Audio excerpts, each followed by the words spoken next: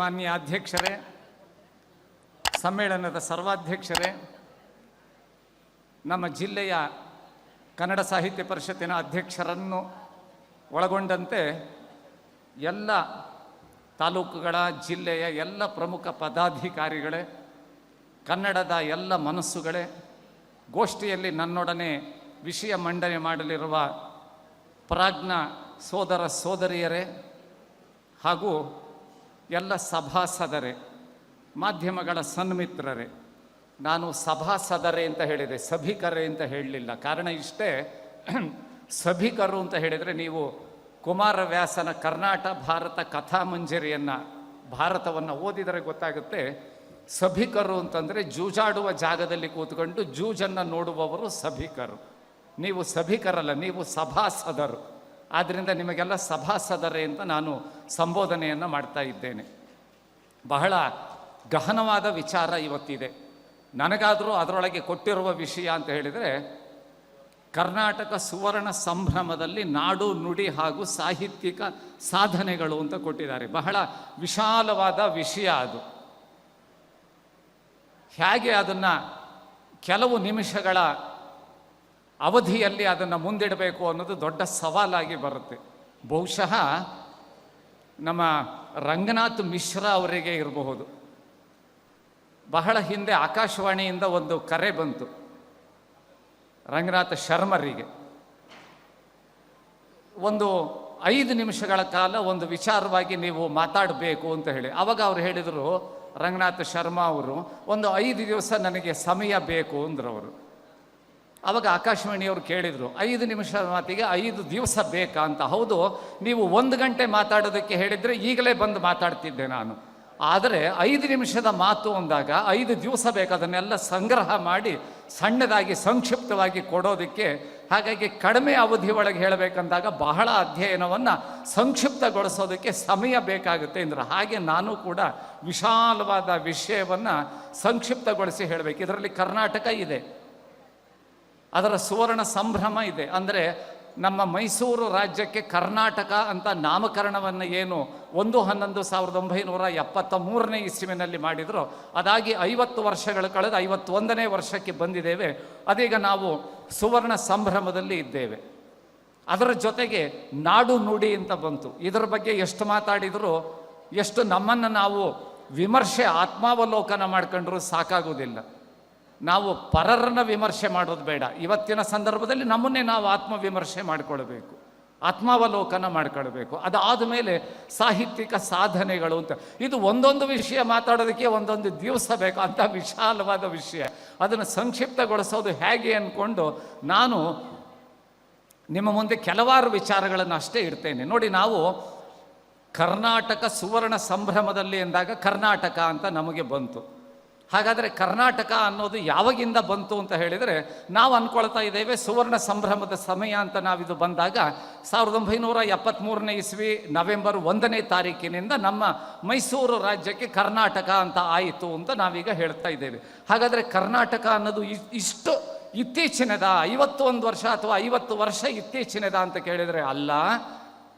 ಎಷ್ಟು ಅದಕ್ಕೆ ಹಿಂದಿನ ಇತಿಹಾಸ ಇದೆ ಅಂತ ಹೇಳಿದರೆ, ನಾವು ಮಹಾಭಾರತದ ಕಾಲಕ್ಕೆ ಹೋದರೂ ಕರ್ನಾಟಕ ಎನ್ನುವ ಪ್ರಸ್ತಾಪ ಇದೆ ಅಂತ ಹೇಳಿ ಈ ನಮ್ಮ ನಾಡು ಕಂಡ ಮತ್ತು ದೇಶ ಕಂಡ ಅತ್ಯಂತ ಶ್ರೇಷ್ಠ ಸಂಶೋಧಕರಲ್ಲಿ ಒಬ್ಬರಾದ ಡಾಕ್ಟರ್ ಟಿ.ವಿ. ವೆಂಕಟಾಚಲ ಶಾಸ್ತ್ರಿಯವರು ಪ್ರಥಮ ವಿಶ್ವ ಕನ್ನಡ ಸಮ್ಮೇಳನ ಮೈಸೂರಲ್ಲಾಗುವಾಗ ಆಗ ಪ್ರಕಟ ಮಾಡಿದ ಅವಲೋಕನ ಗ್ರಂಥದ ಮೊಟ್ಟಮೊದಲನೆಯ ಅವರ ಲೇಖನ, ಕರ್ನಾಟಕದ ಕುರಿತಾಗಿ ಅವರು ಬರೆದ ಲೇಖನದಲ್ಲಿ ಅವರು ಸ್ಪಷ್ಟವಾಗಿ ಕೊಟ್ಟಿದ್ದಾರೆ. ಕರ್ನಾಟಕ ಎನ್ನುವುದು ಎಷ್ಟು ನಮಗೆ ಪುರಾತನವಾಗಿ ಸಿಗುತ್ತೆ ಅಂದರೆ, ಭಗವಾನ್ ವೇದವ್ಯಾಸರು ಬರೆದ ಮಹಾಭಾರತದ ಮೂಲ ಕೃತಿಯ ಭೀಷ್ಮ ಪರ್ವದ 9ನೇ ಅಧ್ಯಾಯದ 59ನೇ ಶ್ಲೋಕದಲ್ಲಿ ಕರ್ನಾಟಕ ಮಹಿಷಕ ವಿಕಲ್ಪ ಮೂಷಕ ಸ್ಥತ ಅಂತ ಅವರು ಬರೆದಿದ್ದಾರೆ ಅಂತ ಹೇಳಿದ್ದಾರೆ. ನಾನು ಹೇಳೋದೇ ಬೇಡ, ನೀವು ಚಪ್ಪಾಳೆ ಕೊಡಬೇಕಾಗುತ್ತೆ. ಕರ್ನಾಟಕ ಅನ್ನೋದು ಮಹಾಭಾರತದ ಕಾಲದಲ್ಲೇ ವೇದವ್ಯಾಸರಲ್ಲೇ ಪ್ರಸ್ತಾಪ ಆಗಿದೆ. ಏನೋ ಅದು ದುರ್ಬುದ್ಧಿಯಿಂದ ಅದರ ಪರಿಷ್ಕೃತ ಆವೃತ್ತಿ ಮಹಾರಾಷ್ಟ್ರದಿಂದ ಬರುವಾಗ ಅದನ್ನು ತಿರ್ಚಿದ್ದಾರೆ ಅಂತಲೂ ವೆಂಕಟಾಚಲ ಶಾಸ್ತ್ರಿಗಳು ಬರೆದಿದ್ದಾರೆ ಅದನ್ನು. ಹಾಗಾದರೆ ಅದನ್ನು ಕೈ ಬಿಡ್ರಿ ಅಂತ ಹೇಳಿದರೆ, ನಮಗೆ ಅತ್ಯಂತ ಪುರಾತನವಾಗಿ ನಮಗೆ ಸಿಗೋದು 4ನೇ ಶತಮಾನದಲ್ಲಿ ಶೂದ್ರಕ ಕವಿ ಬರೆದ ಮೂರ್ಛಕಟಕ ಸಂಸ್ಕೃತ ನಾಟಕದಲ್ಲಿ ಅದೇ ಕಾಲಘಟ್ಟದಲ್ಲಿ ವಿಷ್ಣು ಧರ್ಮೋತ್ತರ ಅನ್ನುವ ಗ್ರಂಥದಲ್ಲಿ ಕರ್ನಾಟಕ ಅನ್ನೋದು ಪ್ರಸ್ತಾಪ ಆಗಿದೆ. ನೋಡಿ, ಅಷ್ಟು ಹಳೆಯದು ನಮಗೆ ಸಿಕ್ತು. ಅದಾದ ಮೇಲೆ ಶಿಲಪ್ಪಧಿಕಾರಂ ಅಂತ 6ನೇ ಶತಮಾನದ ಒಂದು ಗ್ರಂಥದಲ್ಲಿ ಕರ್ನಾಟಕದ ಪ್ರಸ್ತಾಪ ಆಗಿದೆ. ಎಷ್ಟು ಪುರಾತನವಾಗಿ ನಮ್ಮಲ್ಲಿ ಇದೆ ನೋಡಿ. ಅದಾದ ಮೇಲೆ 8ನೇ ಶತಮಾನದಲ್ಲಿ ಬಂದ ಮಾರ್ಕಾಂಡೇಯ ಪುರಾಣದಲ್ಲಿ ಕರ್ನಾಟಕದ ಪ್ರಸ್ತಾಪ ಆಗಿದೆ. ಅದಾದ ಮೇಲೆ 9ನೇ ಶತಮಾನದಲ್ಲಿ ಬಂದ ಸಾಹಿತ್ಯ ಕೃತಿಗಳಲ್ಲಿ, ಅಂದರೆ ವರಾಹ ಮಿಹಿರನ ಬೃಹತ್ ಸಂಹಿತೆ ಒಳಗೆ ಕರ್ನಾಟಕ ಅನ್ನೋದು ಪ್ರಸ್ತಾಪ ಆಗಿದೆ. ಅದೇ ಕಾಲಘಟ್ಟದಲ್ಲಿ ಕ್ಷೇಮೇಂದ್ರ, ಸೋಮದೇವ, ಆಮೇಲೆ ಬಿಲ್ಹಣ, ಕಲ್ಹಣ, ಜಯಕೀರ್ತಿ ಇವರೆಲ್ಲ ಬರೆದ ಗ್ರಂಥಗಳಲ್ಲಿ ಕರ್ನಾಟಕ ಅನ್ನೋದು ಪ್ರಸ್ತಾಪ ಆಗಿದೆ. ಅಂದರೆ ಮಹಾಭಾರತದ ಕಾಲದಿಂದ ಕಡಿಮೆ ಅಂತಂದರೆ ಸಂಶೋಧಕರ ಪ್ರಕಾರ 5,000-6,000 ವರ್ಷಗಳ ಹಳೆಯದು. ಅಥವಾ ನಾವು ಯುಗಗಳ ಲೆಕ್ಕದಲ್ಲಿ ಹೇಳೋದಾದರೆ ಕಲಿಯುಗದಕ್ಕಿಂತ ಪೂರ್ವದ ದ್ವಾಪರ ಯುಗ, ಅವಾಗಿನ ಮಹಾಭಾರತ ಕೃತಿಯಲ್ಲಿ ಪ್ರಸ್ತಾಪ ಆಗಿರೋದು ಬಿಟ್ಟರೆ ಮತ್ತೆ 4ನೇ ಶತಮಾನದ ಗ್ರಂಥಗಳು, 6ನೇ ಶತಮಾನದ ಗ್ರಂಥಗಳು, 8ನೇ ಶತಮಾನದ ಗ್ರಂಥಗಳು, 9ನೇ ಶತಮಾನದ ಗ್ರಂಥಗಳು, ಇದರಲ್ಲೆಲ್ಲ ಕರ್ನಾಟಕದ ಪ್ರಸ್ತಾಪ ಆಗಿದೆ ಅಂತಂದರೆ ಎಷ್ಟು ಹಳೆಯದು ಕರ್ನಾಟಕ. ಇನ್ನು ಗ್ರಂಥದಲ್ಲಿ ಆಯಿತು.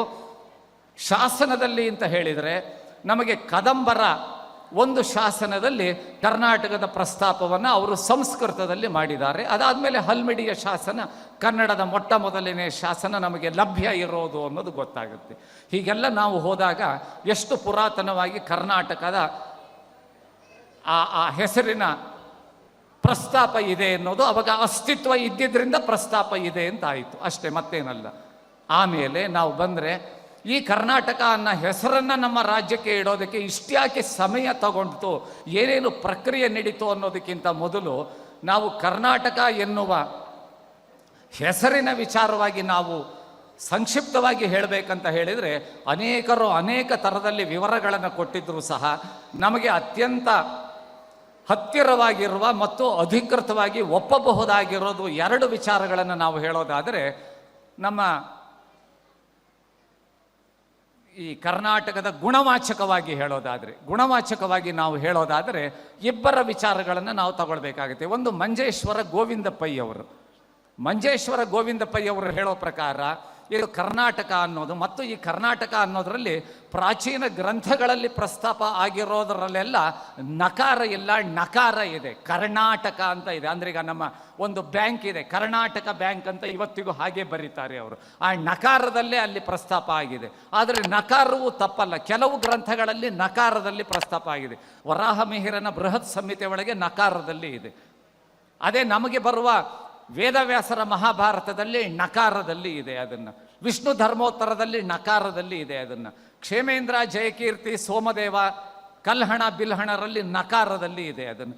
ಎರಡನ್ನೂ ನಾವು ಒಪ್ಪಬೇಕಾಗುತ್ತೆ. ಹಾಗಾದರೆ ಇದರದ್ದು ಹೆಸರು ಯಾಕೆ ಬಂತು ಅಂತ ಹೇಳಿದರೆ, BM ಶ್ರೀಕಂಠಯ್ಯನವರು ಹೇಳೋ ಪ್ರಕಾರ ಇದು ಕರ್ನಾಟ ಅಂತ ಅವ್ರು ಹೇಳ್ತಾರೆ. ಅದನ್ನು ಕರ್ ಅಂತ ಹೇಳಿದರೆ ಕರಿಮಣ್ಣಿನ, ನಾಟ ಅಂದರೆ ನಾಡು ಅಂತ BM ಶ್ರೀಕಂಠಯ್ಯನವರು ಮತ್ತು ಅವರ ಸಮಕಾಲೀನರಾಗಿ ಅನೇಕ ವಿದ್ವಾಂಸರು ಮತ್ತು ಸಂಶೋಧಕರು ಇದು ಹೌದು ಅಂತ ಹೇಳ್ತಾರೆ. ಕರಿಮಣ್ಣಿನ ನಾಡು ಕರ್ನಾಟ.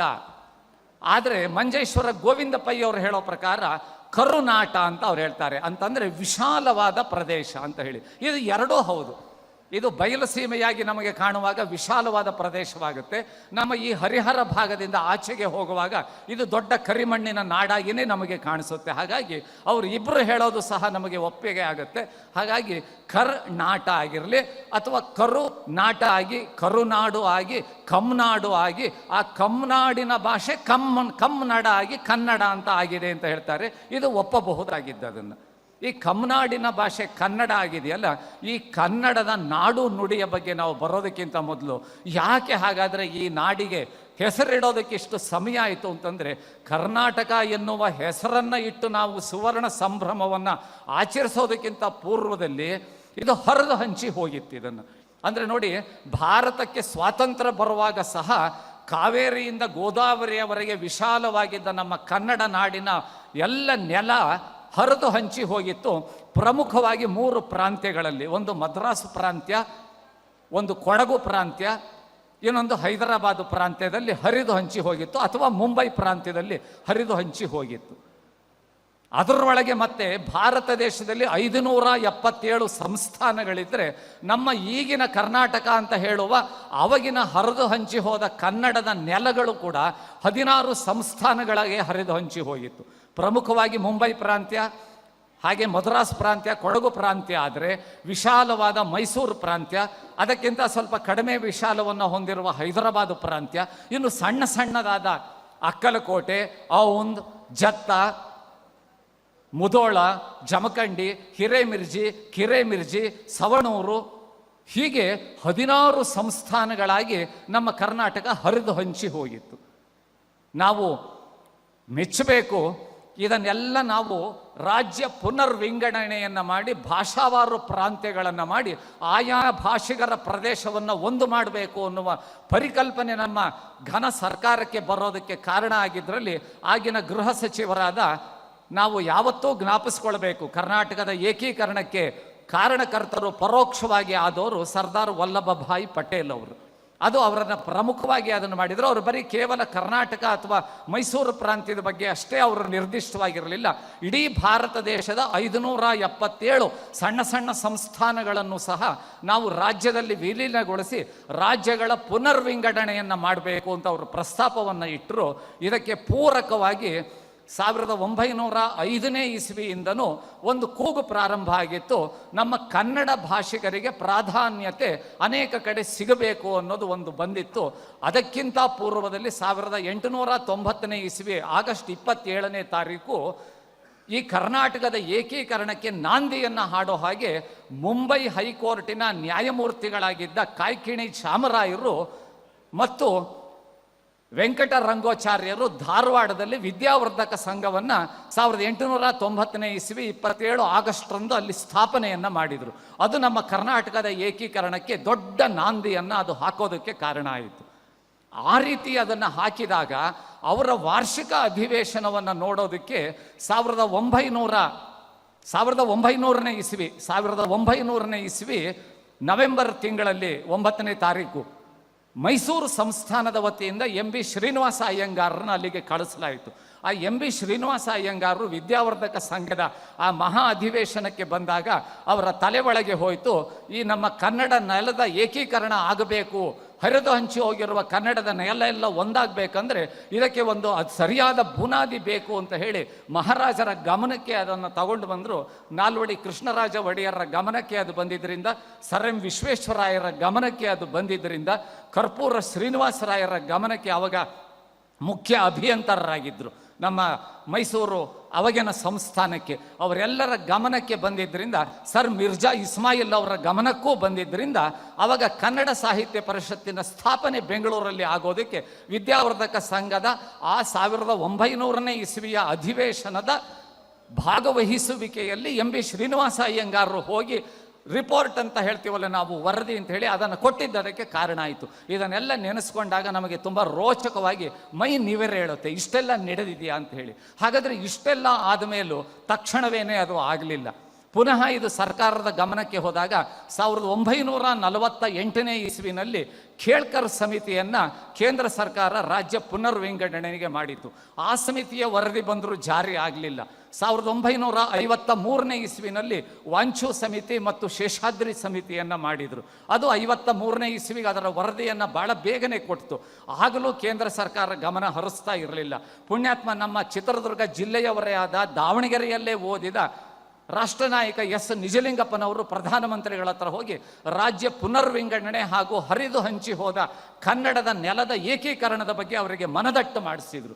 ಆ ಮನದಟ್ಟನ್ನು ಅವರು ಮಾಡಿಸಿದಾಗ ಮತ್ತೊಂದು ರಚನೆ ಆಯಿತು, ಸಮಿತಿಯ ರಚನೆ. ಅದರ ವರದಿ ಬಂದ ಮೇಲೆ ಈ ವಾಂಚು ಸಮಿತಿ, ಕೇಳ್ಕರ್ ಸಮಿತಿ ಮತ್ತು ಶೇಷಾದ್ರಿ ಸಮಿತಿಗಳಾದ ಮೇಲೆ ಮತ್ತೊಂದು ವರದಿ ಬಂದ ಮೇಲೆ 1954ನೇ ಇಸ್ವಿಯಷ್ಟೊತ್ತಿಗೆ ಸ್ವಲ್ಪ ಸಕಾರಾತ್ಮಕವಾದ ಚಿಂತನೆ ಅಲ್ಲಿ ಪ್ರಾರಂಭ ಆಯಿತು. ಈ ಸಕಾರಾತ್ಮಕವಾದ ಚಿಂತನೆ ಪ್ರಾರಂಭ ಆಗ್ತಿರುವ ಸಮಯದಲ್ಲಿ ಮೈಸೂರು ಸಂಸ್ಥಾನದ ಮುಖ್ಯಮಂತ್ರಿಗಳಾಗಿದ್ದ ಕೀರ್ತಿಶೇಷ ಕೆಂಗಲ್ ಹನುಮಂತಯ್ಯನವರು ಪ್ರಬಲವಾಗಿ ಧೀರೋದಾತ್ತ ನಡೆಯನ್ನು ತೆಗೆದುಕೊಂಡು ಕೇಂದ್ರ ಸರ್ಕಾರಕ್ಕೆ ಮನವರಿಕೆಯನ್ನು ಮಾಡಿ ರಾಜ್ಯ ಪುನರ್ವಿಂಗಡಣೆಯ ಮಹತ್ವ, ಅದರಲ್ಲೂ ಕನ್ನಡದ ನೆಲದ ಏಕೀಕರಣದ ಕುರಿತಾಗಿ ಹೇಳಿದ್ರಿಂದ 1956ನೇ ಇಸ್ವಿ ಜೂನ್ ತಿಂಗಳಲ್ಲಿ ಮತ್ತೊಂದು ಸಮಿತಿಯನ್ನು ಮಾಡಿದರು. ಆ ಸಮಿತಿ ಒಳಗೆ ಕಮಲಕುಮಾರ ಬಸು ಅಂತ ಬಂಗಾಳದವರು ಮತ್ತು ನಮ್ಮ ಆಂಧ್ರ ಪ್ರದೇಶದ GVK ವಲ್ಲಭ ರಾವ್ ಅನ್ನೋರು, ಅವರಿಬ್ಬರು ಸಹ ಆ ಸಮಿತಿ ಒಳಗೆ, ಅವರಿಬ್ಬರು ಮತ್ತು ಕರ್ನಾಟಕದವರಲ್ಲ, ಮೈಸೂರಿನವರು ಅಲ್ಲ, ಅವರು ಕನ್ನಡದವರು ಅಲ್ಲ, ಅವರಿಬ್ಬರು ಬಂದು ಅದಕ್ಕೆ ಪೂರಕವಾಗಿ ಹೇಳಿದರು. ಅಷ್ಟೇ ಅಲ್ಲ, ಹರಿದು ಹಂಚಿ ಹೋದ ಕನ್ನಡದ ನೆಲ ಒಂದಾಗಬೇಕು, ಅದಕ್ಕೆ ಕರ್ನಾಟಕ ಎನ್ನುವ ನಾಮಕರಣವನ್ನು ಮಾಡಬೇಕು ಅಂತ ಹೇಳಿ ಅವರು ವರದಿಯನ್ನು ಜೂನ್ ತಿಂಗಳಲ್ಲಿ ಕೊಟ್ಟರು. ಅದು ಲೋಕಸಭೆಯಲ್ಲಿ ಅಂಗೀಕಾರ ಆಯಿತು, ರಾಜ್ಯಸಭೆಯಲ್ಲಿ ಅಂಗೀಕಾರ ಆಗಿ 1956ನೇ ಇಸ್ವಿ ಆಗಸ್ಟ್ ತಿಂಗಳಲ್ಲೇ ರಾಷ್ಟ್ರಪತಿಗಳ ಅಂಕಿತವೂ ಅದಕ್ಕೆ ಬಿತ್ತು. ಆದರೂ ಅದು ಜಾರಿ ಆಗಲಿಲ್ಲ. ಆದರೆ ಆಗಿದ್ದು ಒಂದು ಏನು ಅಂತ ಹೇಳಿದರೆ 1956ನೇ ಇಸ್ವಿ ನವೆಂಬರ್ 1ನೇ ತಾರೀಕು ಹರಿದು ಹಂಚಿ ಹೋಗಿದ್ದ ನಮ್ಮ ನೆಲವೆಲ್ಲ ಒಂದುಗೂಡಿ ಮೈಸೂರು ರಾಜ್ಯದ ಘೋಷಣೆಯಂತೂ ಆಯಿತು. ಆ ಮೈಸೂರು ರಾಜ್ಯದ ಘೋಷಣೆ ಆಗಿದ್ದು ಮುಂದೆ ಕರ್ನಾಟಕದ ನಾಮಕರಣಕ್ಕೆ ಅದು ಕಾರಣ ಆಗುತ್ತೆ ಅಂತ ನಾವೆಲ್ಲರೂ ಸಂಭ್ರಮ ಪಟ್ವಿ. ಆಗ ನಾನಿನ್ನು ಚಿಕ್ಕ ಹುಡುಗ, ನಾವೆಲ್ಲ ಸಂಭ್ರಮ ಪಟ್ವೆ. ಅದು ಮತ್ತೆ ಕೈಗೂಡಿದ್ದು ಯಾವಾಗ ಅಂತ ಹೇಳಿದರೆ 1973ನೇ ಇಸ್ವಿ ನವೆಂಬರ್ 1ನೇ ತಾರೀಕು ನಮ್ಮ ರಾಜ್ಯಕ್ಕೆ ಕರ್ನಾಟಕ ಎನ್ನುವ ನಾಮಕರಣ ಅಂತೂ ಆಯಿತು. ಆ ಸುವರ್ಣ ಸಂಭ್ರಮದಲ್ಲಿ ನಾವೀಗ ತುಂಬ ಚೆನ್ನಾಗಿ ಅದನ್ನು ಅನುಭವಿಸ್ತಾ ಇದ್ದೇವೆ, ಸಂತೋಷ ಸಂಭ್ರಮವನ್ನು ಪಡ್ತಾ ಇದ್ದೇವೆ. ಇದು ನಾವು ಆ ಕಡೆಗೆ ಹೋದರೆ ಇದಿಷ್ಟು ಇತಿಹಾಸ. ಕರ್ನಾಟಕ ಎನ್ನುವ ಹೆಸರಿನ ಉಗಮ ಎಲ್ಲಿ ಎನ್ನುವುದರಿಂದ ತಗೊಂಡು ಆ ನಾಮಕರಣ ಆಗೋವರೆಗಿಂದು ಸಂಕ್ಷಿಪ್ತವಾಗಿ ನಾನು ಇಸವಿಗಳನ್ನು, ವ್ಯಕ್ತಿಗಳನ್ನು ಉದಾಹರಿಸುತ್ತಾ ಯಾವುದು ನನ್ನ ಸೃಷ್ಟಿ ಅಲ್ಲ, ಎಲ್ಲ ನನ್ನ ಅಧ್ಯಯನದಲ್ಲಿ, ಅವಲೋಕನದಲ್ಲಿ, ಕೆಲವನ್ನ ಪ್ರತ್ಯಕ್ಷ ನಾವು ಕಂಡಿದ್ದು ನಮ್ಮ ಬಾಲ್ಯದಲ್ಲಿ, ಮತ್ತಷ್ಟು ಅಧ್ಯಯನದಲ್ಲಿ ಅಧಿಕೃತವಾಗಿ ತಗೊಂಡ ಮಾಹಿತಿಗಳನ್ನು ಯಾವ ಪುಸ್ತಕವನ್ನು ನೋಡದೆ, ಹಾಳೆಯನ್ನು ನೋಡದೆ ನಿಮ್ಮ ಮುಂದೆ ಒಪ್ಪಿಸ್ತಾ ಇದ್ದೇನೆ ಅಂತಂದರೆ ಅದರೊಳಗೆ ನಾನು ತಲ್ಲೀನ ಆಗಿದ್ದೇನೆ ಅಂತ ಅರ್ಥ. ಅಷ್ಟೇ, ಅದನ್ನು ತಲ್ಲೀನ ಆಗಿದ್ದೇನೆ ಅಂತ ಅರ್ಥ. ಅದನ್ನು ಇಷ್ಟೆಲ್ಲ ಅದು ನಡೆದ ಆದಮೇಲೆ ನಾನೀಗ ಮುಂದಿನ ವಿಷಯಕ್ಕೆ ಬರ್ತಾ ಇದ್ದೇನೆ. ನಾನು ಕರ್ನಾಟಕದ ಬಗ್ಗೆ ಮಾತಾಡಿದೆ, ಅದರ ನಾಮಕರಣದ ಬಗ್ಗೆ ಮಾತಾಡಿದೆ. ಈಗ ನಾನು ಬರಬೇಕಾಗಿರೋದು ಸುವರ್ಣ ಸಂಭ್ರಮದಲ್ಲಿ ನಾಡು ನುಡಿ ಮತ್ತು ಸಾಹಿತ್ಯಿಕ ಸಾಧನೆಗಳು. ನಾವು ನಾಡು ನುಡಿಯ ಬಗ್ಗೆ ಬರೆದಾಗ ಹರಿದು ಹಂಚಿ ಹೋಗಿದ್ದ ನಮ್ಮ ನಾಡು ಅನ್ನೋದು ಏನೀಗ ವಿಶಾಲವಾದ ಕರ್ನಾಟಕ ಅಂತ ಆಯ್ತಲ್ಲ, ಈ ನಾಡು ಅನ್ನೋದು ಇದೆಯಲ್ಲ, ಅವತ್ತಿನಿಂದ ಇವತ್ತಿನವರೆಗೂ ನಮಗೆ ವಂಚನೆಯಾಗಿ ನಮಗೆ ಆಲೂರು, ಮಡಕಶಿರ, ರಾಯದುರ್ಗ, ಮಂತ್ರಾಲಯ ಈ ಥರದಲ್ಲಿ, ಅಂದರೆ ನಮ್ಮ ರಾಯಲಸೀಮೆಯ, ಅಂದರೆ ಕೃಷ್ಣದೇವರಾಯರು ಆಳಿದ ಕರ್ನಾಟಕ ಅಂದರೆ ಸಾರ್ವಭೌಮರಾಗಿ ಆ ರಾಯರ ಸೀಮೆ ರಾಯಲು ಸೀಮೆ ಅಂತ ಆಯ್ತಲ್ಲ, ಆ ರಾಯಲು ಸೀಮೆಯ ಅನೇಕ ಭಾಗಗಳು ನಮ್ಮ ಕೈತಪ್ಪಿ ಹೋಯಿತು. ಅದೇ ಪ್ರಕಾರವಾಗಿ ನಮಗೆ ಸಮೀಪದ ರಾಯದುರ್ಗ ನಮ್ಮ ಕೈತಪ್ಪಿ ಹೋಯಿತು, ಕಾಸರಗೋಡು ಮತ್ತು ಆ ಭಾಗ ನಮಗೆ ಕೈತಪ್ಪಿ ಹೋಯಿತು ಅನ್ಯಾಯವಾಗಿ, ಸೊಲ್ಲಾಪುರ, ಕೊಲ್ಲಾಪುರ ಅದು ನಮಗೆ ಕೈತಪ್ಪಿ ಹೋಯಿತು. ಅದೇ ಪ್ರಕಾರವಾಗಿ ನಮಗೆ ಚಾಮರಾಜನಗರ, ಕೊಳ್ಳೇಗಾಲ ಭಾಗದ ಅನೇಕ ಪ್ರದೇಶಗಳು, ಸಿಂಗಾನಲ್ಲೂರು, ಗಾಜನೂರನ್ನು ಮೊದಲುಗೊಂಡು ಅದು ನಮ್ಮ ಕೈತಪ್ಪಿ ಹೋಯಿತು. ಇದೆಲ್ಲ ನಮಗೆ ಇವತ್ತಿಗೂ ಹೊಟ್ಟೆ ಸಂಕಟ ಆಗುತ್ತೆ ಕೇಳಿದರೆ. ಕನ್ನಡ ಭಾಷಿಗರೇ ಪ್ರಮುಖವಾಗಿರುವ ಆ ಪ್ರದೇಶಗಳಲ್ಲಿ ಅನ್ಯಾಯವಾಗಿ ನಮಗೆ ಕೈ ತಪ್ಪಿ ಹೋಯಿತು. ಅಷ್ಟಾದರೂ ಏನು ಉಳಿದುಕೊಂಡ ನಮ್ಮ ವಿಶಾಲ ಕರ್ನಾಟಕ, ವಿಶಾಲ ಮೈಸೂರು, ವಿಶಾಲ ಕರ್ನಾಟಕ ಆಯ್ತಲ್ಲ, ಆ ನಾಡು ಅನ್ನೋದು ಇವತ್ತಿಗೂ ನಮ್ಮ ಅಸ್ತಿತ್ವದಲ್ಲಿ ಇದೆ. ಹಾಗಾಗಿ ನಾಡು ಎಲ್ಲೂ ಹೋಗೋದಿಲ್ಲ, ಅದು ಅಸ್ತಿತ್ವದಲ್ಲಿದೆ. ಆದರೆ ಉಳಿಬೇಕಾಗಿರೋದು ನುಡಿ ಉಳಿಬೇಕಾಗಿದೆ, ನಾಡು ಎಲ್ಲೂ ಹೋಗಲ್ಲ. ನಾವು ಅಲಕ್ಷ್ಯ ಮಾಡಿದರೆ ಯಾರೋ ವೈರಿಗಳು ವಶಪಡಿಸ್ಕೊಳ್ಬೇಕೇ ವಿನಃ ನಾಡು ತಾನಾಗಿ ಎಲ್ಲೂ ಹೋಗಲ್ಲ. ಆದರೆ ನುಡಿ ಉಳಿಬೇಕಾಗಿದೆ, ನಮಗೆ ನಾಡು ನುಡಿ ಒಳಗೆ ನುಡಿ ಉಳಿಬೇಕಾಗಿದೆ ಅಂತ ಹೇಳಿದರೆ ನಾವು ಯಾರನ್ನೋ ಬೆರಳು ಮಾಡಿ ತೋರಿಸ್ಬೇಕಾಗಿಲ್ಲ. ನುಡಿ ಉಳಿಯೋದಕ್ಕೆ ನಮ್ಮನ್ನು ಆಳಿದ ಆಂಗ್ಲರು ಕಾರಣ, ಅವರ 200 ವರ್ಷದ ಆಳ್ವಿಕೆ, ಅವರ ಹೇರಿಕೆ ಕಾರಣ, ಆಂಗ್ಲ ಭಾಷಾ ಶಾಲೆಗಳು ಕಾರಣ. ಇವೆಲ್ಲವೂ ನಾವು ಹೇಳೋದು ತಪ್ಪು. ಕಾರಣ ಅವರು ಯಾರು ನಮ್ಮ ಮೇಲೆ ಆಂಗ್ಲ ಭಾಷೆಯನ್ನು ಹೇರ್ತಾ ಇಲ್ಲ, ನಾವೇ ಆಂಗ್ಲ ಭಾಷೆಯ ಕಡೆಗೆ ಹೋಗ್ತಾ ಇದ್ದೇವೆ ವಿನಃ ಅವ್ರು ಯಾರು ನಮ್ಮ ಮೇಲೆ ಹೇರಿಲ್ಲ. ಅದನ್ನು ಎಲ್ಲಿವರೆಗೆ ಹೋಗ್ತಾ ಇದ್ದೇವೆ ಅಂದರೆ, ನಾವು ಮಾತೆತ್ತಿದರೆ ಸಾಕು ಕಾರ್ಪೊರೇಟ್ ಜಗತ್ತು ಕನ್ನಡ ಹಾಳಾಗೋದಕ್ಕೆ ಕಾರಣ, ಕಾನ್ವೆಂಟ್ ಶಾಲೆಗಳು ಕನ್ನಡ ಹಾಳಾಗೋದಕ್ಕೆ ಕಾರಣ, ಆಂಗ್ಲ ಭಾಷಾ ಮಾಧ್ಯಮ ಕನ್ನಡ ಹಾಳಾಗೋದಕ್ಕೆ ಕಾರಣ. ಅದು ಯಾವುದೋ ಕಾರಣ ಅಲ್ಲ. ಅವೆಲ್ಲ ಕಾರಣಗಳು ಶೇಕಡ 1-2 ಅವು ಕಾರಣ ಆದರೆ ಶೇಕಡ 98-99 ಕಾರಣ ನಾವೇ ಆಗಿರ್ತೇವೆ. ಕಾರಣ ಅವ್ರು ಯಾರು ಕನ್ನಡವನ್ನು ಬಳಸಬೇಡ್ರಿ ಅಂತ ನಮಗೆ ಹೇಳಿಲ್ಲ.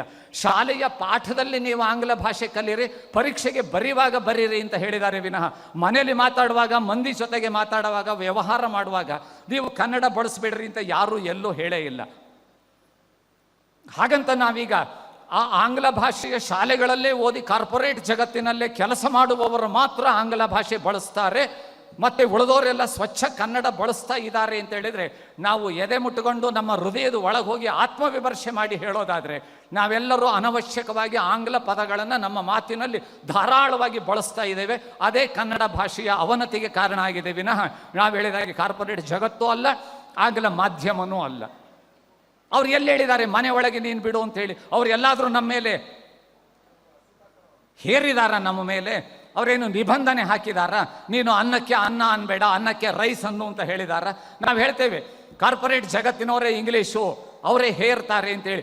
ಹಳ್ಳಿ ಒಳಗೆ ಕೆಲಸ ಮಾಡುವ ಒಬ್ಬ ಸಾಮಾನ್ಯ ವ್ಯಕ್ತಿಯೂ ಸಹ ಊಟಕ್ಕೆ ಕೂತ್ರೆ, ಒಂದು ಮದುವೆ ಮನೆಗೆ ಹೋಗಿರಲಿ, ಮಠಕ್ಕೆ ಹೋಗಿರಲಿ, ತಿಥಿ ಊಟಕ್ಕೆ ಹೋಗಿರಲಿ, ಬಡಿಸೋರು ರೈಸ್ ಅನ್ನದೆ, ತಿನ್ನೋರು ರೈಸ್ ಅನ್ನದೆ, ಮಾಡೋರು ರೈಸ್ ಅನ್ನದೆ, ನೋಡೋರು ರೈಸ್ ಅನ್ನದೆ.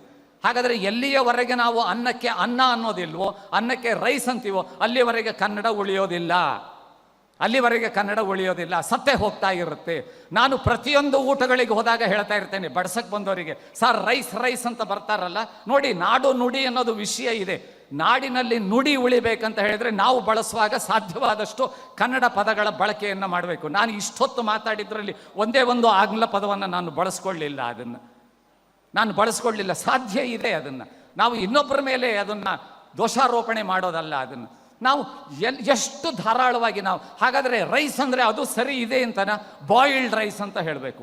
ಬಾಯಿಲ್ಡ್ ರೈಸ್ ಅಂದಾಗ ಅದು ಗಂಜಿನೂ ಆಗಬಹುದು, ಅನ್ನನೂ ಆಗಬಹುದು, ಪಿಂಡದ ಅನ್ನನೂ ಆಗಬಹುದು, ಉದರನ್ನನೂ ಆಗ್ಬೋದು, ಮೆಡ್ಡೆ ಅನ್ನನೂ ಆಗಬಹುದು. ಯಾಕೆ ನಾವು ಅದನ್ನು ಹೇಳ್ತೇವೆ? ಹಾಗಾದರೆ ನಮ್ಮಲ್ಲಿ ಪದಗಳ ಕೊರತೆನಾ? ಬೇಕಾದ ಹಾಗೆ ನಮ್ಮಲ್ಲಿ ಅನ್ನ ಅಂತಿದೆ, ಓದನ ಅಂತ ಇದೆ. ಓದನ ಅನ್ನೋದು ನಾವು ಅದನ್ನು ಕನ್ನಡದಲ್ಲಿ ತಗೊಂಡಿದ್ದೇವೆ, ಅನ್ನಕ್ಕೆ ಓದನ ಅಂತಾರೆ. ಅದನ್ನು ಬೇಕಾದ ಹಾಗಿದೆ, ವಾಜ ಅಂತಾರೆ. ಎಷ್ಟು ಪದಗಳು, ಒಂದು ರೈಸ್ ಅನ್ನೋ ಪದ ಎಷ್ಟು ಪದಗಳನ್ನು ನಮ್ಮಲ್ಲಿ ಸಾಯಿಸಿತು. ನಾವು ಎಷ್ಟು ಧಾರಾಳವಾಗಿ, ಒಂದು ಕಾರ್ಯಕ್ರಮಕ್ಕೆ ನಾನು ಬರುವಾಗನೇ ಇನ್ನೂ ಕ್ಲಿಯರ್ ಆಗ್ತಾ ಇಲ್ಲ, ಅಷ್ಟರೊಳಗೆ ನಿಮ್ಮ ಫುಡ್ ತಗೊಂಡು ಬಂದುಬಿಡ್ರಿ. ವೆಲ್ಕಮ್ ಆಗ್ತಿದ್ದಂಗೆ ನಿಮಗೆ ಫಸ್ಟ್ ಸ್ಪೀಚ್ ನಿಮ್ದಿರುತ್ತೆ, ಆಮೇಲೆ ಅಲ್ಲೇನು ಇಂಟ್ರೊಡಕ್ಷನ್ ಭಾಳ ಉದ್ದ ಇರೋದಿಲ್ಲ. ಅಯ್ಯೋ ಕಥೆಯೇ, ಇದಿಷ್ಟಕ್ಕೂ ಕನ್ನಡ ಪದ ಇಲ್ವಾ? ಸ್ವಾಮಿ ನೀವು ಸರಿಯಾದ ಸಮಯಕ್ಕೆ ಏನೋ ಬಂದಿದ್ದೀರಿ, ಸೂಕ್ತ ಸಮಯಕ್ಕೆ ವೇದಿಕೆ ಖಾಲಿ ಆಗ್ತಾ ಇಲ್ಲ, ಅದು ಆಗ್ತಿದ್ದ ಹಾಗೇನೆ ನಿಮ್ಗೆ ಅವಕಾಶ ಇರುತ್ತೆ, ಸ್ವಾಗತ ಸಂಕ್ಷಿಪ್ತವಾಗಿರುತ್ತೆ, ಪರಿಚಯನೂ ಉದ್ದ ಇರೋದಿಲ್ಲ, ಅಷ್ಟರೊಳಗೆ ಹೋಗಿ ಊಟ ಮಾಡ್ಕೊಂಡು ಬಂದುಬಿಡಿ, ಮೊದಲನೇ ಅವಕಾಶ ನಿಮಗೇ ಇರುತ್ತೆ. ಸಾಧ್ಯವಾದರೆ ಸಂಕ್ಷಿಪ್ತವಾಗಿ ಮಾತಾಡಿ. ಬೇಕಾದ ಹಾಗೆ ಕನ್ನಡ ಇದೆಯಲ್ಲ, ಯಾಕಷ್ಟು ಇಂಗ್ಲೀಷನ್ನು ಉಪಯೋಗಿಸ್ಬೇಕು? ನಮ್ಮಲ್ಲಿ 99% ಕನ್ನಡ ಹೋಗ್ತಾ ಇದೆ ಅಂದರೆ ಅಂತ ಹೇಳಿ ಮಾತಾಡೋರು ಹೇಳ್ತಾರೆ. ಅವರಿಗೆ ಶೇಕಡ 99 ಅನ್ನೋದಕ್ಕೆ ಬಾಯಿಗೆ ಶನಿ ಬಡಿದಿರುತ್ತಾ ಅವರಿಗೆ?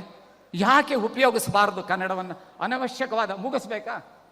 ಮುಗಿಸ್ಬೇಕಂದ್ರೆ ಮುಗಿಸ್ತೇನೆ. ಇದು ಕನ್ನಡದ ವಿಚಾರ ಅಷ್ಟೇ. ಇದು ನಾನು ಮಾತಾಡ್ತಿರೋದು ಹರಟೆ ಅಲ್ಲ, ಅದನ್ನು ಕನ್ನಡದ ವಿಚಾರ.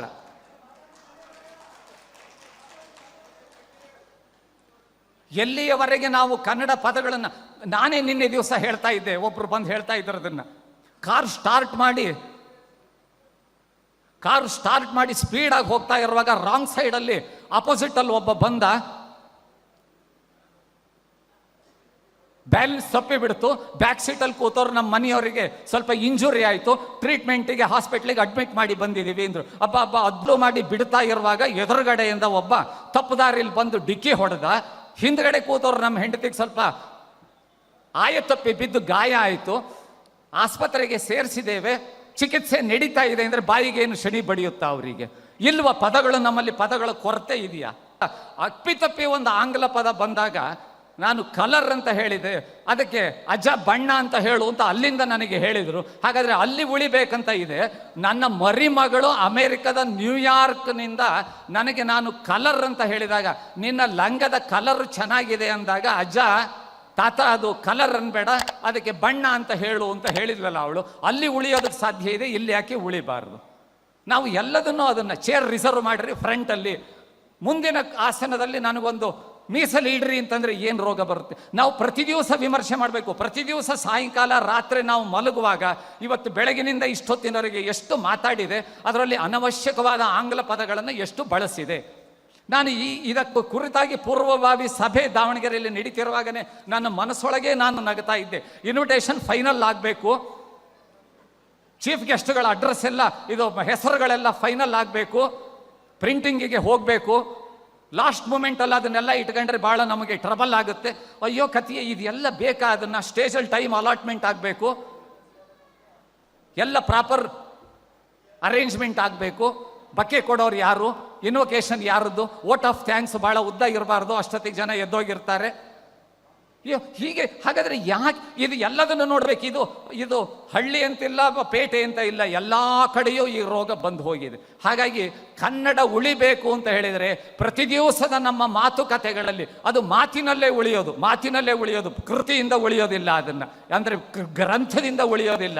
ಅತಿ ಹೆಚ್ಚು ನಾವು ಮಾತಾಡ್ತೇವೆ, ಅತಿ ಹೆಚ್ಚು ಓದೋದಕ್ಕಿಂತ ಮಾತಿನಲ್ಲಿ ಉಳಿದಿದ್ದೆ ಹೌದಾದರೆ ಕನ್ನಡ ಉಳಿಯುತ್ತೆ. ಹಾಗಾಗಿ ಕನ್ನಡ ಉಳಿಸೋದಕ್ಕೆ ಇನ್ಯಾರನ್ನೋ ಹೊಣೆ ಮಾಡೋದು, ಕನ್ನಡ ಹಾಳಾಗೋದಕ್ಕೆ ಇನ್ಯಾವುದೋ ಒಂದು ವ್ಯವಸ್ಥೆಯನ್ನು ಹೊಣೆ ಮಾಡೋದಲ್ಲ. ನನಗೀಗ ವಿಷಯ ಇರೋದ್ರಿಂದ ಮಾತಾಡ್ತಿದ್ದೇನೆ. ಕರ್ನಾಟಕ ಸುವರ್ಣ ಸಂಭ್ರಮದಲ್ಲಿ ನಾಡು ನುಡಿ ಅಂತ ಕೊಟ್ಟಿರೋದ್ರಿಂದ ನಮ್ಮ ನಾಡು ಉಳಿಯುತ್ತೆ. ನುಡಿ ಉಳಿಬೇಕಂತಂದರೆ ಪ್ರತಿಯೊಬ್ಬ ಮನುಷ್ಯನು, ಕನ್ನಡದ ಮನುಷ್ಯನು, ನಾನು ಎಷ್ಟು ಕನ್ನಡ ಪದಗಳನ್ನು ನಾನು ಹಾಗಂತ ಆರಕ್ಷಕ ಅಂತಲೇ ಪೊಲೀಸಿಗೆ ಹೇಳು, ಚತುಶ್ಚಕ್ರ ವಾಹನ ಅಂತಲೇ ಲಾರಿಗೆ ಹೇಳು, ಷಟ್ಚಕ್ರ ವಾಹನ ಅಂತಲೇ ಬಸ್ಸಿಗೆ ಹೇಳು, ಹೀಗೆಲ್ಲ ನಾನೇನು ಹೇಳೋದಿಲ್ಲ. ಅದಕ್ಕೆ ಬಸ್ಸು ಲಾರಿ ಅಂತ ಕೊಂಬು ಹಾಕೋದ್ರಲ್ಲಿ ನಾವು ಬಳಸ್ಕೊಳ್ತಾ ಇದ್ದೇವೆ. ಆದರೆ ಯಾವುದೆಲ್ಲ ನಮ್ಮ ಮನೆಗೆ ಬಂದವರಿಗೆ ಚೇರ್ ಕೊಡೋ ಗೆಸ್ಟ್ ಬಂದಿದ್ದಾರೆ ಅನ್ನೋದಕ್ಕಿಂತ ಕುರ್ಚಿ ಕೊಡೋ ಅತಿಥಿ ಬಂದಿದ್ದಾರೆ ಅಂದರೆ ಏನು ಬರುತ್ತೆ? ದರಿದ್ರ ನಮಗೆ ಅದನ್ನು ಏನು ಬರುತ್ತೆ? ಒಂದು ಗ್ಲಾಸ್ ನೀರು ಕೊಡು ಅಂತಾರೆ, ಅದು ಲೋಟ ಅನ್ನೋದಕ್ಕೆ ಏನು ಬಂದಿರುತ್ತೆ ನಮಗೆ? ಗ್ರಹಚಾರ. ಅದನ್ನು ನೀವು ಫ್ರೆಶ್ ರೂಮಿಗೆ ಹೋಗಿ ಬರ್ತೀರಾ, ಸ್ವಾಮಿ ನೀವು ಬಚ್ಚಲಿಗೆ ಹೋಗಿ ಬರ್ತೀರಾ ಅಂತ ಕೇಳೋದಕ್ಕೆ ನಮಗೇನಾಗಿದೆ? ಅದನ್ನು ಬಚ್ಚಲಿಗೆ ಹೋಗಿ ಬರ್ತೀರಾ ಅಂತ ಅನ್ನೋದಕ್ಕೆ ನೀವು ಫ್ರೆಶ್ ರೂಮಿಗೆ ಹೋಗಿ ಬರ್ತೀರಾ, ರೆಸ್ಟ್ ರೂಮಿಗೆ ಹೋಗ್ತೀರಾ, ಯಾಕೆ ಬೇಕದನ್ನು? ಟಾಯ್ಲೆಟ್ ಅಲ್ಲೇ ಇದೆ, ಲ್ಯಾಟ್ರಿನ್ ಇಲ್ಲೇ ಇದೆ, ಅಯ್ಯೋ ಪಾಯ್ಖಾನೆ ಅಲ್ಲೇ ಇದೆ, ಸ್ನಾನಗೃಹ ಇಲ್ಲೇ ಇದೆ, ಬಚ್ಚಲು ಮನೆ ಪಾಯ್ಖಾನೆ ಅನ್ನೋದಕ್ಕೆ ಏನು ಬರುತ್ತೆ? ಅದನ್ನು ಯಾರಿಗೆ ಬರುತ್ತೆ? ಹಾಗಾಗಿ ನೋಡಿ, ಪ್ರತಿಯೊಂದನ್ನು ನಾವು ತಪ್ಪುತ್ತಾ ಇದ್ದೇವೆ. ನಾವು ಎಷ್ಟು ಬಳಸ್ತೇವೆ ಅದ್ರ ಮೇಲಿದೆ ವಿನಃ ಇನ್ನೊಬ್ಬರನ್ನ ಹೊಣೆ ಮಾಡೋದಲ್ಲ.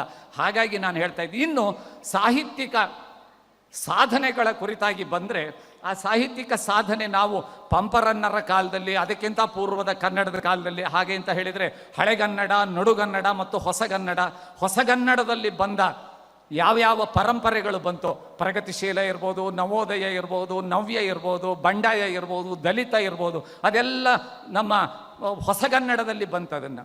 ಪಂಪರನ್ನ, ಪೊನ್ನರಂತಹ ಯಾರು ರತ್ನಗಳು ಅಂತಾರಲ್ಲ, 3 ರತ್ನಗಳ ಕಾಲದಲ್ಲಿದ್ದ ಹಳೆಗನ್ನಡ, ಅದಾದಮೇಲೆ ಬಂದ ಕುಮಾರವ್ಯಾಸನ ಕಾಲದಲ್ಲಿ, ಶರಣರ ಕಾಲದಲ್ಲಿ, ದಾಸರ ಕಾಲದಲ್ಲಿ ಬಂದಂತಹ ಆ ಒಂದು ನಡುಗನ್ನಡ, ಅದಾದಮೇಲೆ ನಮ್ಮ ಕುವೆಂಪು ಅವರಿಂದನೂ ಅಥವಾ ಮುದ್ದಣನಿಂದ ಅಂತ ಹೇಳ್ಬೋದು, ಮುದ್ದಣನಿಂದ ಬಂದಂತಹ ಹೊಸಗನ್ನಡದ ಪ್ರಯೋಗ, ಇದನ್ನೆಲ್ಲ ನಾವು ತಗೊಂಡಾಗ ಆ ಹೊಸಗನ್ನಡದಲ್ಲಿ ಬಂದ ಪ್ರಗತಿಶೀಲ, ನವೋದಯ, ನವ್ಯ, ದಲಿತ, ಬಂಡಾಯ ಇದೆಲ್ಲದನ್ನು ನಾವು ತಗೊಂಡಾಗ ಸುವರ್ಣ ಕರ್ನಾಟಕದ ಸಂಭ್ರಮದಲ್ಲಿ ಅಂತಂದರೆ 1973ನೇ ಇಸ್ವಿಯಿಂದ ಈಗಿನ 2004ನೇ ಅಂತಂದರೆ 3ನೇ ಇಸ್ವಿ 50 ವರ್ಷಗಳ ಕಾಲಘಟ್ಟದಲ್ಲಿ ಸಾಹಿತ್ಯದ ಸಾಧನೆಗಳು ಅಂತ ನಾವು ನೋಡೋದಾದರೆ, ನಾವು ತುಂಬ ನಮ್ಮ ಬೆನ್ನು ನಾವು ತಟ್ಕೊಳ್ಳಿಕ್ಕೆ ಸಾಹಿತ್ಯ ಸಾಧನೆ ಇದೆ, ಇಲ್ಲ ಅಂತ ನಾನು ಹೇಳೋದಿಲ್ಲ. ನಮಗೆ ಮೊಟ್ಟ ಮೊದಲು ಬಂದ 2 ಜ್ಞಾನಪೀಠ ಪ್ರಶಸ್ತಿಗಳು 67ನೇ ಇಸ್ವಿ ಮತ್ತು 72ನೇ ಇಸ್ವಿನಲ್ಲಿ ಕುವೆಂಪುರವರಿಗೂ ಮತ್ತು ದ.ರಾ. ಬೇಂದ್ರೆಯವರಿಗೂ. ಆದರೆ ತದನಂತರದಲ್ಲಿ ಬಂದ ಎಲ್ಲ ಸಾಹಿತ್ಯ ನಮ್ಮ ಜ್ಞಾನಪೀಠ ಪ್ರಶಸ್ತಿಗಳೇನಿದಾವಲ್ಲ, ಆ 6 ಸಹ ನಮ್ಮ ಸುವರ್ಣ ಕರ್ನಾಟಕ ಸಂಭ್ರಮದಲ್ಲೇ ನಮಗೆ ಬಂದಿದ್ದಾಗಿದೆ. ಅದನ್ನು ಆ 8 ಜ್ಞಾನಪೀಠ ಪ್ರಶಸ್ತಿಗಳಲ್ಲಿ ನಮ್ಮ ಕರ್ನಾಟಕ ನಾಮಕರಣದಕ್ಕಿಂತ ಮೊದಲು ಬಂದಿದ್ದು 2, ಆದರೆ ಕರ್ನಾಟಕ ಎನ್ನುವ ನಾಮಕರಣ ಆದಮೇಲಿನ ನಮ್ಮ ಸುವರ್ಣ ಕರ್ನಾಟಕ ಸಂಭ್ರಮದ 50 ವರ್ಷ ಇದೆಯಲ್ಲ, ಈ 50 ವರ್ಷದ 3ನೇ 2 ಭಾಗದ ಪ್ರಾರಂಭದಲ್ಲೇನೆ ನಮಗೆ ಈ ಎಲ್ಲ 6 ಪ್ರಶಸ್ತಿಗಳು ಬಂದಿದೆ. ಅದು ನಿಜವಾಗ್ಲೂ ನಮ್ಮ ದೊಡ್ಡ ಸಾಧನೆ. ನೀವೆಲ್ಲರೂ ಮನಸಾರೆ ಒಂದು ಚಪ್ಪಾಳೆಯನ್ನು ಅದಕ್ಕೆ ಕೊಡಬಹುದು.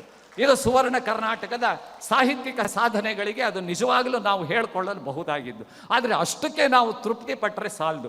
ಗಟ್ಟಿ ಕಾಳುಗಳಾದ ಕೃತಿಗಳು ಎಷ್ಟು ಬಂದಿದೆ ಅಂತಂದರೆ, ಗಟ್ಟಿ ಕಾಳುಗಳಾದ ಕೃತಿಗಳು ಅಂತ ನಾವು ಹೇಳೋದಕ್ಕಾಗೋದಿಲ್ಲ. ಸುಮಾರು 25,700ರಷ್ಟು ಕೃತಿಗಳು ಈ 50 ವರ್ಷದಲ್ಲಿ ಬಂದಿದ್ದರೂ ಸಹ ಗಟ್ಟಿ ಕಾಳುಗಳು ಎಷ್ಟು ಅಂತ ನಾವು ನೋಡಿದರೆ ನಮಗೆ ಹೆಚ್ಚು ಸಿಗೋದಿಲ್ಲ, ಬೆರಳೆಣಿಕೆಯಷ್ಟು ಸಿಗುತ್ತೆ. ಇದಕ್ಕೆ ಕಾರಣ ಇಷ್ಟೇ, ಬರೆಯುವವರು ಇಲ್ಲ ಅಂತಲ್ಲ, ಬರೆದಿದ್ದನ್ನು ಓದುವವರು ಇಲ್ಲ ಅಂತ ಆಗಿದೆ. ಯಾವಾಗ ನಮ್ಮಲ್ಲಿ ರೇಡಿಯೋ ಮಾಧ್ಯಮ ಬಂದರೂ ಸಹ ನಮ್ಮಲ್ಲಿ ಓದುವಿಕೆ ಕಡಿಮೆ ಆಗಿರಲಿಲ್ಲ. ಯಾವಾಗ ನಮ್ಮಲ್ಲಿ ದೂರದರ್ಶನ ಮಾಧ್ಯಮ ಬಂತಲ್ಲ, ಟೆಲಿವಿಷನ್ ಮಾಧ್ಯಮ, ಆವಾಗ ನಮ್ಮಲ್ಲಿ ಓದುವಿಕೆ ಕಡಿಮೆಯಾಗಿ ನೋಡುವಿಕೆ ಮತ್ತು ಕೇಳುವಿಕೆ ಪ್ರಾರಂಭ ಆಯಿತು. ನಮಗೆ ಎಷ್ಟು ನಾಯಿ ಕೊಡೆಗಳಂತೆ ಈಗ ಒಂದು 30, 35, 40 ವರ್ಷಗಳ ಕೆಳಗೆ ನಾಯಿ ಕೊಡೆಗಳಂತೆ ರಾಜ್ಯದಾದ್ಯಂತ ಕನ್ನಡದ ಕೈಯಿಂದ ಕೈಗೆ ಬದಲಾವಣೆ ಆಗುವ, ಇಂಗ್ಲೀಷ್ನಲ್ಲಿ ಸರ್ಕ್ಯುಲೇಟಿಂಗ್ ಲೈಬ್ರರಿ ಅಂತ ಹೇಳ್ತಾರಲ್ಲ, ಆ ರೀತಿಯ ಗ್ರಂಥಾಲಯಗಳು ಎಷ್ಟೊಂದು ಹುಟ್ಟುಕೊಂಡಿದ್ವು. ಎಲ್ಲವೂ ನಾಮಾವಶೇಷ ಆಗಿ ಹೋದವು. ಕಾರಣ ಏನು ಅಂತ ಹೇಳಿದರೆ, ಆ ಓದುವ ಸಂಸ್ಕೃತಿ ಹೋಗಿ ಕೊನೆ ಪಕ್ಷ ಧಾರಾವಾಹಿಗಳನ್ನಾಗಿ ಕಾದಂಬರಿಗಳನ್ನು ಓದೋದು ಸಹ ಹೋಗಿ ಧಾರಾವಾಹಿಗಳನ್ನು ನೋಡುವ ಪರಿಪಾಠ ಏನು ಬಂತಲ್ಲ, ಆ ಸಂಸ್ಕೃತಿ ಬಂತಲ್ಲ, ಅದು ಬಂದಿದ್ದು ನಮ್ಮಲ್ಲಿ ಆ ನೋಡುವಿಕೆ ಅನ್ನೋದಿದೆಯಲ್ಲ, ಓದುವಿಕೆ ಮತ್ತು ಕೇಳುವಿಕೆಯನ್ನು ಅದು ಪೂರ್ತಿ ಕಸಗುಡಿಸಿ ಸಾರಿಸಿ ಹಾಕಿಬಿಡ್ತು. ಹಾಕಿದ್ದು ಎಲ್ಲಿಗೆ ಬಂತಂದರೆ, ಈಗಿನ ಮೊಬೈಲ್ ಅನ್ನುವ ಈ ಜಂಗಮ ಗಂಟೆ ಬಂತಲ್ಲ, ಈಗ ಅಂತೂ ಇಡೀ ದಿನ ಅದನ್ನು ಹಿಡ್ಕೊಂಡು ನೋಡೋದ್ರಲ್ಲೇ ರಂಜನೆ ವಿನಃ ಓದುವಿಕೆ ಕಡಿಮೆ ಆಗಿದೆ. ಬರೋದಕ್ಕೆ ಬಂದಿದೆ 26,000 25,660 ಗ್ರಂಥಗಳು ಪ್ರಕಟ ಆಗಿದ್ದರೂ ಸಹ ಗಟ್ಟಿ ಕಾಳುಗಳಾಗಿ ಬಂದಿದ್ದು ಹೆಚ್ಚು ಜನರಲ್ಲಿ ಜನಜನಿತ ಆಗಲಿಲ್ಲ. ಯಾಕೆ ಅಂತ ಹೇಳಿದರೆ ಓದುವಿಕೆ ಕಡಿಮೆ ಆಗಿದೆ. ಮತ್ತು ಕಾವ್ಯ ಪರಂಪರೆ ಬಹುಶಃ ಇತ್ತೀಚಿನ ನಮ್ಮ ಕರ್ನಾಟಕ ಸುವರ್ಣ ಸಂಭ್ರಮದ ಪ್ರಾರಂಭದ ಹಂತದಷ್ಟೊತ್ತಿಗೇನೆ ನಿಜವಾದ ನಮ್ಮ ಕನ್ನಡ ಕಾವ್ಯ ಪರಂಪರೆಯ ಆ ಹಳೆಗನ್ನಡ ಬಳಕೆ, ನಡುಗನ್ನಡ ಬಳಕೆ ಅನ್ನೋದು ಕುವೆಂಪು ಅವರು ಬಳಸಿದ್ದು ಬಿಟ್ಟರೆ ಶುದ್ಧವಾದ ಹಳೆಗನ್ನಡದಲ್ಲಿ, ತದನಂತರದಲ್ಲಿ ಅಥವಾ ಅವರ ಕಾಲಘಟ್ಟದಲ್ಲೇನೆ ಅದರ ಮತ್ತೊಂದು ರೀತಿಯ ಬಳಕೆಯನ್ನು ಅಧ್ಯಾತ್ಮದ ತಗೊಂಡಾಗಿ ಮಂಕುತಿಮ್ಮನ ಕಗ್ಗದಲ್ಲಿ ಡಿ ವಿ ಗುಂಡಪ್ಪನವರು ಬಳಸಿದ್ದು ಬಿಟ್ಟರೆ, ಆದರೂ ಅಷ್ಟೊತ್ತಿಗೆ ಛಂದಸ್ಸುಗಳು ಬೇರೆ ಥರದಲ್ಲಿ ಹೋಗಿತ್ತು. ಅದನಂತರದಲ್ಲಿ ಬೇಂದ್ರೆ, ದತ್ತಾತ್ರೇಯ ರಾಮಚಂದ್ರ ಬೇಂದ್ರೆಯವರು ಅದೇ ಹಳೆಗನ್ನಡದ ವಿಚಾರಗಳನ್ನು ತಗೊಂಡು ಜಾನಪದ ಶೈಲಿಯ ಆಡುಭಾಷೆಗಳನ್ನು ಬಹಳ ಒಂದು ರೀತಿ ಚಮತ್ಕಾರಿಕವಾಗಿ ಬಳಸೋದಕ್ಕೆ ತಗೊಂಡ್ರೆ, ಪೂತಿ ನರಸಿಂಹಾಚಾರ್ಯರು ಮತ್ತು KS ನರಸಿಂಹಸ್ವಾಮಿಗಳು ಹಳೆ ಮೈಸೂರು ಭಾಗದ ಕನ್ನಡವನ್ನು ಅದರ ಜೊತೆಗೆ ಸಂಯೋಗಗಳಿಸಿ ಬಳಸಿದ್ದನ್ನು ಬಿಟ್ಟರೆ ಮತ್ಯಾರೂ ಇಂಥ ಪ್ರಯೋಗಗಳನ್ನು ಮಾಡಲಿಲ್ಲ. ಇಂತಹ ಪ್ರಯೋಗ ಯಾಕೆ 50 ವರ್ಷಗಳಲ್ಲಿ ನಡೀಲಿಲ್ಲ ಅಂತ ಹೇಳಿದರೆ, ಸರಿಯಾದ ಗಟ್ಟಿಯಾದ ಓದುಗರು ಇಲ್ಲದೆ ಇರೋದ್ರಿಂದ ನಡೀಲಿಲ್ಲ. ಹಾಗಾಗಿ ಸಾಹಿತ್ಯಿಕ ಸಾಧನೆ ಇನ್ನಾದರೂ ಆಗಬೇಕು ಅಂತ ಹೇಳಿದರೆ ಗಟ್ಟಿ ಓದುಗರು ಬರಬೇಕು. ಈ ಕೇಳುಗರು ನೋಡುಗರು ಹೊರಟು ಹೋಗಬೇಕು. ಮೊಬೈಲಲ್ಲಿ ತಾವು ಇರೋರು, ಓದುಗರು ಇಲ್ಲೇ ಇದ್ದರೆ ಆಗೋದಿಲ್ಲ. ನಾನು ಒಂದು ಮಾತನ್ನು ಹೇಳಿ ನನ್ನ ಮಾತನ್ನು ಮುಗಿಸ್ತೇನೆ. ಓದುವಿಕೆ ಎಲ್ಲಿವರೆಗೆ ಹೋಗುತ್ತೆ ಅಂತಂದರೆ, ಇದು ಒಂದು ಕೇವಲ ನಾನು ಹೇಳೋದು ಒಂದು ಹಾಸ್ಯ ಪ್ರಸಂಗ ಅಲ್ಲ. ಅನೇಕ ಕಡೆ ನಡೆಯಬಹುದಾದ ಪ್ರಸಂಗವನ್ನು ನಾವು ಹಾಸ್ಯ ರೂಪದಲ್ಲಿ ಹೇಳ್ತೇವೆ. ನಮ್ಮ ಸನ್ಮಿತ್ರರೊಬ್ಬರು ಅನೇಕ ಪುಸ್ತಕಗಳನ್ನು, ಗ್ರಂಥಗಳನ್ನು ಬರೆದಿದ್ದಾರೆ. ಎಲ್ಲ ವಿಷಯಗಳ ಕುರಿತಾಗಿಯೂ ಅವರ ರಚನೆಗಳಾಗಿದೆ. ನಾಟಕ ಇದೆ, ವಿಮರ್ಶೆ ಇದೆ, ಸಣ್ಣ ಕಥೆ ಇದೆ, ಕಾದಂಬರಿ ಇದೆ, ಕವನ ಇದೆ, ಹನಿಗವನ ಇದೆ, ಯಾವುದಿದೆ ಎಲ್ಲ ಪುಸ್ತಕಗಳನ್ನು ಬರೆದಿದ್ದಾರೆ. ಅಷ್ಟೆಲ್ಲ ಅವರು ಬರಿತಾ ಇದ್ದಾಗ ಅವರಿಗೆ ಒಂದೇ ಒಂದು ಕೊರತೆ ಕಾಡ್ತಾ ಇದ್ದಿದ್ದಂತಂದರೆ, ಅವರ ಒಂದೇ ಒಂದು ಪುಸ್ತಕವನ್ನು ಅವರ ಧರ್ಮಪತ್ನಿ ಓದಿಲ್ಲ. ಕೇಳ್ತಾ ಇದ್ದೀರಲ್ವಾ? ಒಂದೇ ಒಂದು ಅವರ ಪುಸ್ತಕವನ್ನು ಅವರ ಧರ್ಮಪತ್ನಿ ಓದಿಲ್ಲ. ಅದವರಿಗೆ ಮನಸ್ಸಿಗೆ ಬೇಜಾರಾಗ್ತಾ ಇತ್ತು. ನನ್ನ ಹತ್ರ ಹಂಚ್ಕೊಂಡಿದ್ರು ಅವರು ಅದನ್ನು. ಒಂದು ದಿವಸ ಇದಕ್ಕಿದ್ದ ಹಾಗೆ ಅವರು ಬರಿತಾ ಕೂತಾಗ ಅವರು ಬರೆಯುವ ಕೋಣೆಗೆ ಅವ್ರ ಹೆಂಡತಿ ಕಾಫಿ ತಗೊಂಡು ಬಂದ್ರಂತೆ. ಅವ್ರ ಹೆಂಡತಿ ಕಾಫಿ ತಗೊಂಡು ಬಂದು ಗಂಡನ ಹತ್ರ, ರೀ ಒಂದು ಪುಸ್ತಕ ಕೊಡ್ತೀರಾ ಅಂತ ಕೇಳಿದ್ರಂತೆ. ಬಹಳ ಸಂತೋಷ ಆಯಿತು ನಮ್ಮ ಸ್ನೇಹಿತರಿಗೆ. ಹಬ್ಬ ಇಷ್ಟು ವರ್ಷಕ್ಕೆ ನನಗೆ ಕಾಡ್ತಾ ಇತ್ತು, ಯಾರೆಲ್ಲ ಓದಿದ್ರು, ನನ್ನ ಹೆಂಡತಿಯೇ ನನ್ನದು ಒಂದು ಕೃತಿಯನ್ನು ಓದಿಲ್ಲ.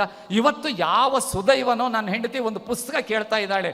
ಕಾಫಿ ತಗೊಂಡು ಬಂದು ಕಾಫಿಯನ್ನು ನನ್ನ ಮೇಜಿನ ಮೇಲೆ ಇಟ್ಟು ಒಂದು ಪುಸ್ತಕ ಕೊಡ್ತೀರಾ ಅಂತ ಕೇಳಿದ್ಲು ಅಂತ.